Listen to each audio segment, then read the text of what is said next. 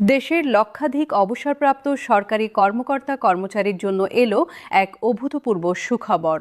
দীর্ঘদিনের প্রতীক্ষা, বছরের পর বছর ধরে জমে ওঠা প্রত্যাশা আর অনিশ্চয়তার অবসান ঘটিয়ে অবশেষে সরকার নিয়ে এলো এক যুগান্তকারী ঘোষণা। পেনশন ভাতা নিয়ে যে পরিবর্তনের কথা বহুদিন ধরে আলোচনা হচ্ছিল, যে সংস্কারের দাবি বারবার উঠে আসছিল বিভিন্ন মহল থেকে, সেই সংস্কারই এবার বাস্তবে রূপ নিতে চলেছে।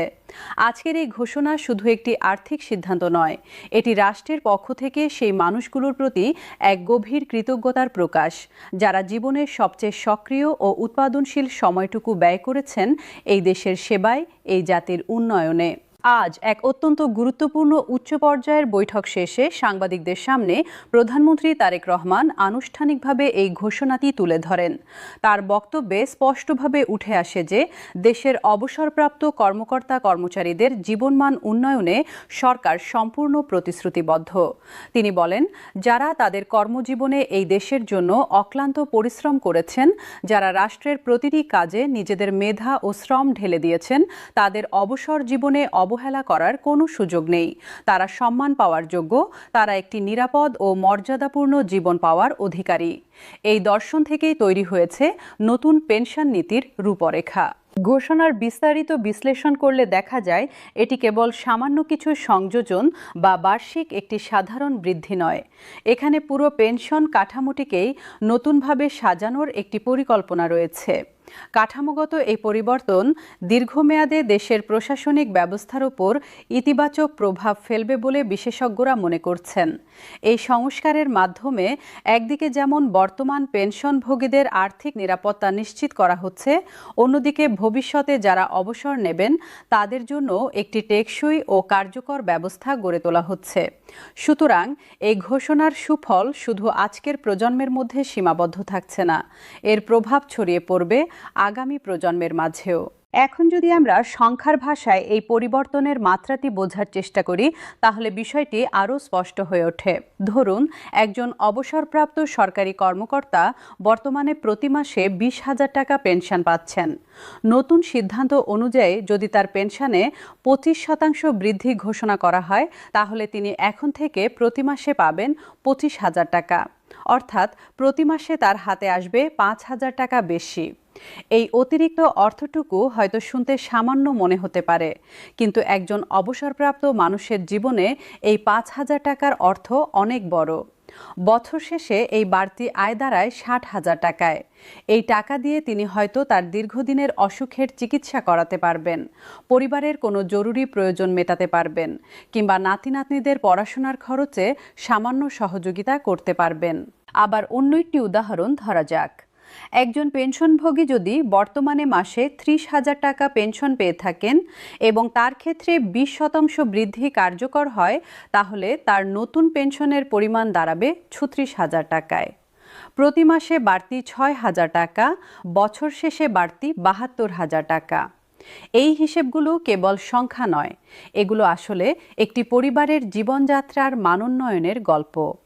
এগুলো হলো সেই সব মানুষের স্বস্তির নিঃশ্বাসের গল্প, যারা দীর্ঘদিন ধরে অপেক্ষা করে আসছিলেন একটি ইতিবাচক পরিবর্তনের জন্য।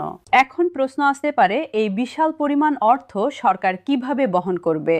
এই প্রশ্নের উত্তর খুঁজতে গেলে দেখা যায়, সরকার ইতিমধ্যে এই বিষয়ে একটি সুচিন্তিত পরিকল্পনা তৈরি করেছে। দেশে বর্তমানে সরকারি পেনশনভোগীর সংখ্যা প্রায় 10 লক্ষ বা তার কাছাকাছি। যদি প্রত্যেক পেনশনভোগীর মাসিক পেনশন গড়ে 4,000 টাকা করেও বাড়ানো হয়, তাহলে সরকারকে প্রতি মাসে বাড়তি ব্যয় করতে হবে 400 কোটি টাকা। বার্ষিক হিসেবে এই পরিমাণ দাঁড়ায় 4,800 কোটি টাকায়। এটি নিঃসন্দেহে একটি বিশাল অঙ্ক, কিন্তু সরকার সচেতনভাবে এই সিদ্ধান্ত নিয়েছে, কারণ এই বিনিয়োগ আসলে দেশের মানব সম্পদের প্রতি রাষ্ট্রের দায়িত্ব পালনের একটি প্রত্যয়। এই ঘোষণার আরেকটি অত্যন্ত গুরুত্বপূর্ণ দিক হল পরিবার পেনশনের বিষয়টি। নতুন সিদ্ধান্তে পরিবার পেনশনকে বিশেষভাবে গুরুত্ব দেওয়া হয়েছে। অনেক সময় দেখা যায়, একজন পেনশনভোগী মৃত্যুবরণ করার পর তার পরিবার অর্থনৈতিকভাবে চরম বিপাকে পড়ে যায়। স্বামী বা স্ত্রী যিনি পেছনে থাকেন, তার জন্য জীবন চালিয়ে যাওয়া কঠিন হয়ে পড়ে। বর্তমান নীতিমালা অনুযায়ী পরিবার পেনশনের পরিমাণ অনেক ক্ষেত্রেই যথেষ্ট ছিল না। নতুন ঘোষণায় এই পরিবার পেনশন ব্যবস্থাকে আরও শক্তিশালী করার কথা বলা হয়েছে। উদাহরণস্বরূপ, একজন পেনশনভোগীর মৃত্যুর পর তার পরিবার যদি আগে 15,000 টাকা পেত, সেটি যদি 20,000 টাকায় উন্নীত করা হয়, তাহলে সেই পরিবারটির জীবনযাপনে একটি বড় পরিবর্তন আসতে পারে। এই উদ্যোগ মূলত একটি মানবিক দৃষ্টিভঙ্গি থেকে নেওয়া হয়েছে, যেখানে একটি পরিবারের সবচেয়ে কঠিন মুহূর্তে রাষ্ট্র তার পাশে থাকার প্রতিশ্রুতি দিচ্ছে। পেনশন পদ্ধতিকে আরও আধুনিক ও স্বয়ংক্রিয় করার বিষয়টিও এই ঘোষণার একটি গুরুত্বপূর্ণ অংশ। বর্তমানে অনেক পেনশনভোগী অভিযোগ করেন যে তাদের পেনশন পেতে নানা ধরনের জটিলতার মুখে পড়তে হয়। কাগজপত্রের ঝামেলা, দফতরে দফতরে ঘুরে বেড়ানো, মাসের পর মাস অপেক্ষা করা, এইসব সমস্যা একজন বয়স্ক মানুষের জন্য অত্যন্ত কষ্টসাধ্য।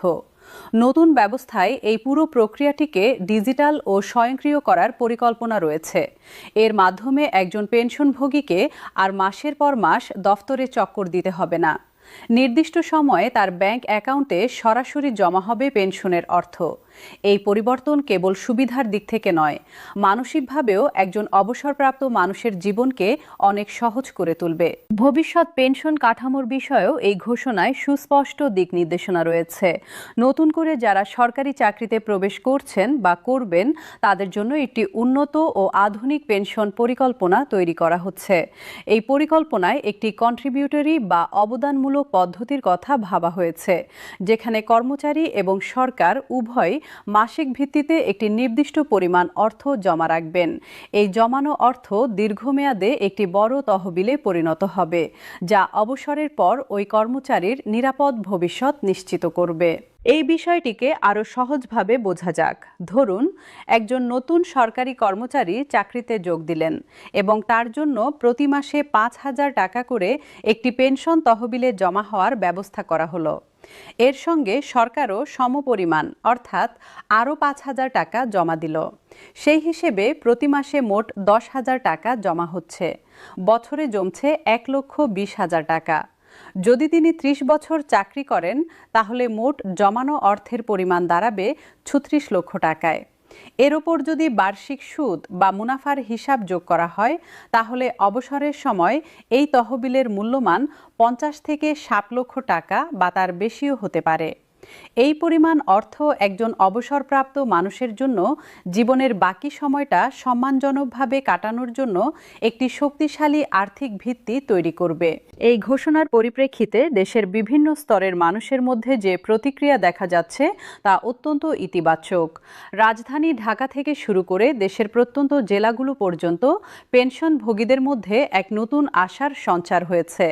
যারা দীর্ঘদিন ধরে হতাশায় ডুবে ছিলেন, যারা ভেবেছিলেন হয়তো তাদের কথা কেউ ভাবছেন না, তাদের মনে এখন একটা নতুন আলো জ্বলে উঠেছে। সামাজিক যোগাযোগ মাধ্যমেও এই ঘোষণাকে ঘিরে ব্যাপক আলোচনা চলছে।